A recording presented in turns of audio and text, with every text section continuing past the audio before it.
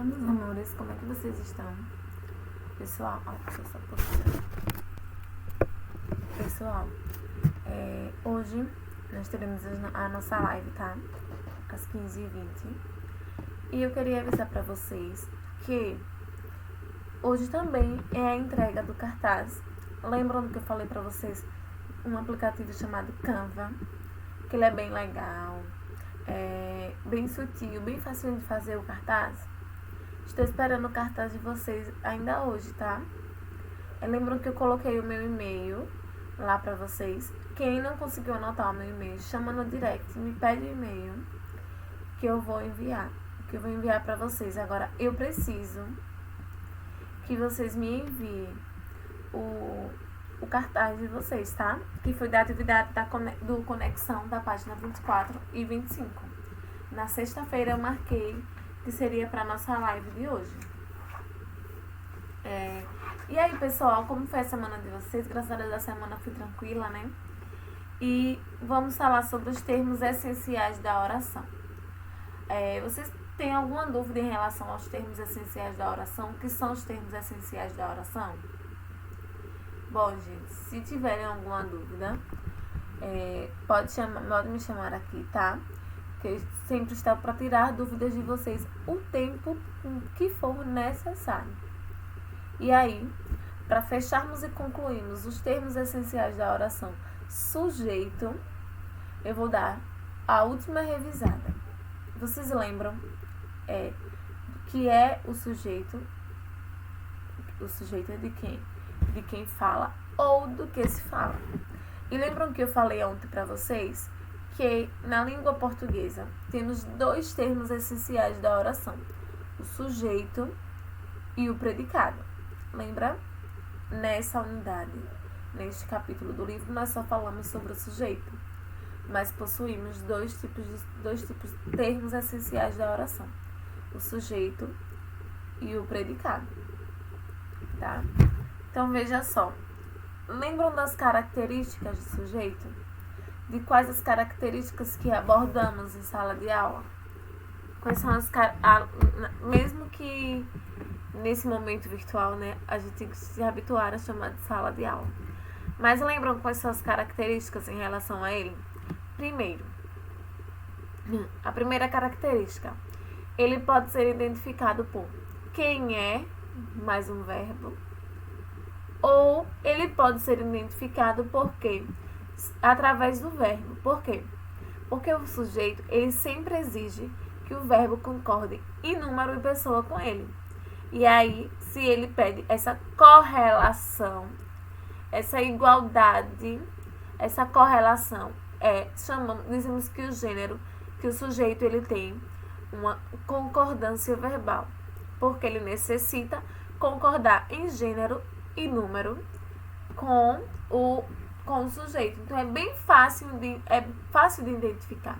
Se você identificou quem é o verbo, identificou qual é o número e o gênero que ele está sendo apresentado ali naquela oração, saberemos quem é o sujeito. Porque lembram que às vezes tem um sujeito elíptico que ele não aparece necessariamente, ele não está lá explícito, mas conseguimos identificá-los através da desinência do verbo. Vocês lembram do que eu falei isso para vocês? Pois bem, ainda é assim. E por causa de uma característica dessa, podemos dizer que é fácil a identificação do sujeito. Tá bom, pessoal? Mas o sujeito tem suas classificações. E aí, lembram que as classificações são determinado simples, determinado composto, determinado elíptico, indeterminado e sujeito inexistente. Tá? Além dessas 5 denominações, dessas 5 classificações, temos o verbo haver, que dependendo de qual maneira se expressa, dependendo de qual seja a sua função entre o sentido de existir, acontecer e o tempo passado, ele também se torna um verbo impessoal. Por que sim, professora? Mas a senhora falou agora das 5 classificações de sujeito e agora eu vou dizer que o verbo é impessoal. Por quê? Porque A oração sem sujeito ou sujeito inexistente. Como é que funciona? Nesse tipo de oração, é apresentado um verbo impessoal. E esse verbo impessoal, ele não consegue se fixar. O verbo impessoal, ele não admite que seja apresentado um sujeito.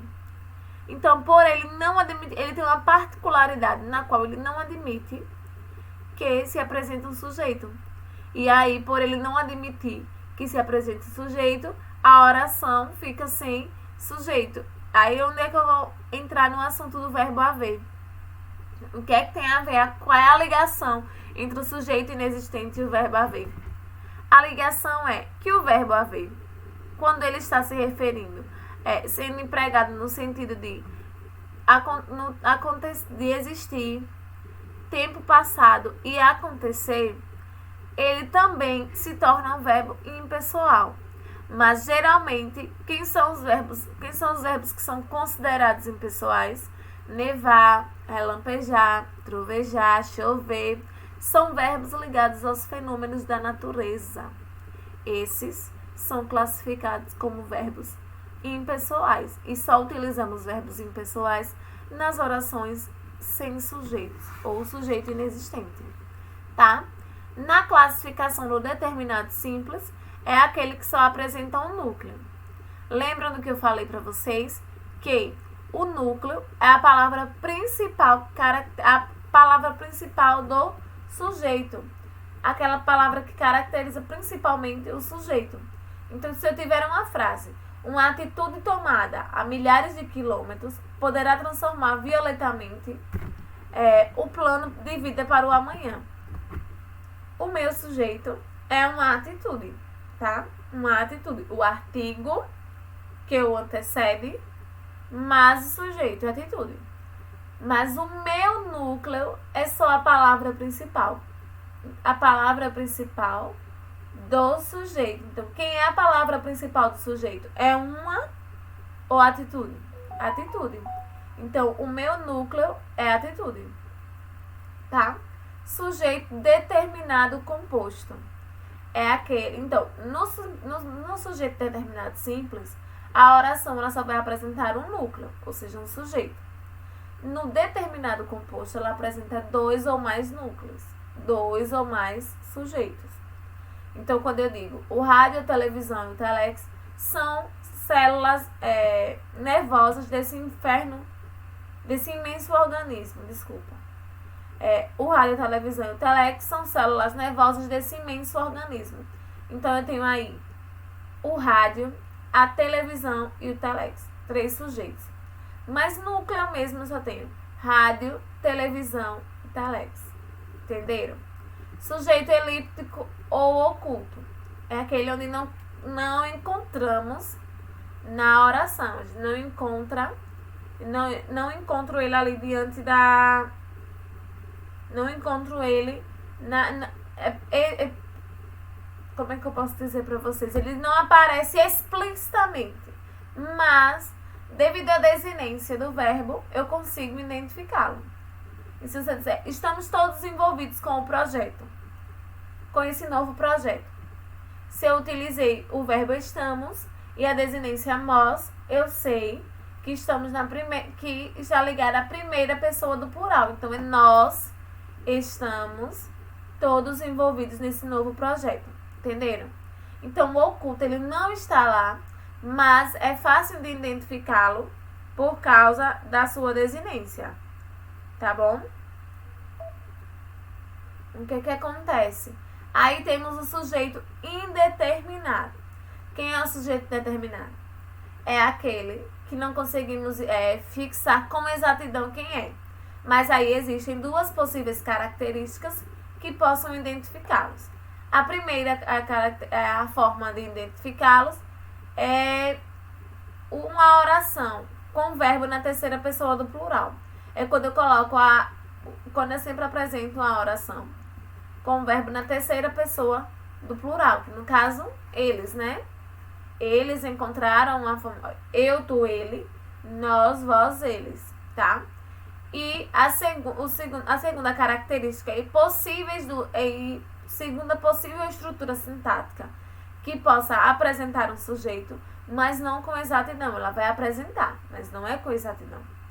É a oração com verbo na terceira pessoa do singular, mais o pronome se. Então, é inovou-se, apresentou-se, tá bom?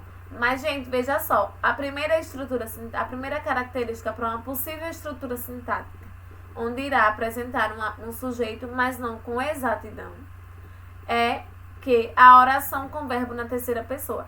Mas observe, nem toda oração que tem verbo na terceira pessoa é sujeito determinado.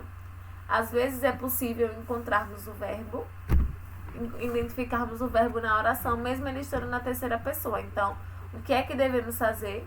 Devemos analisar corretamente as orações, com calma, com clareza, para poder colocarmos diante das circunstâncias e apresentarmos qual é o tipo de sujeito de cada oração. Então, esse foi o nosso conteúdo da semana.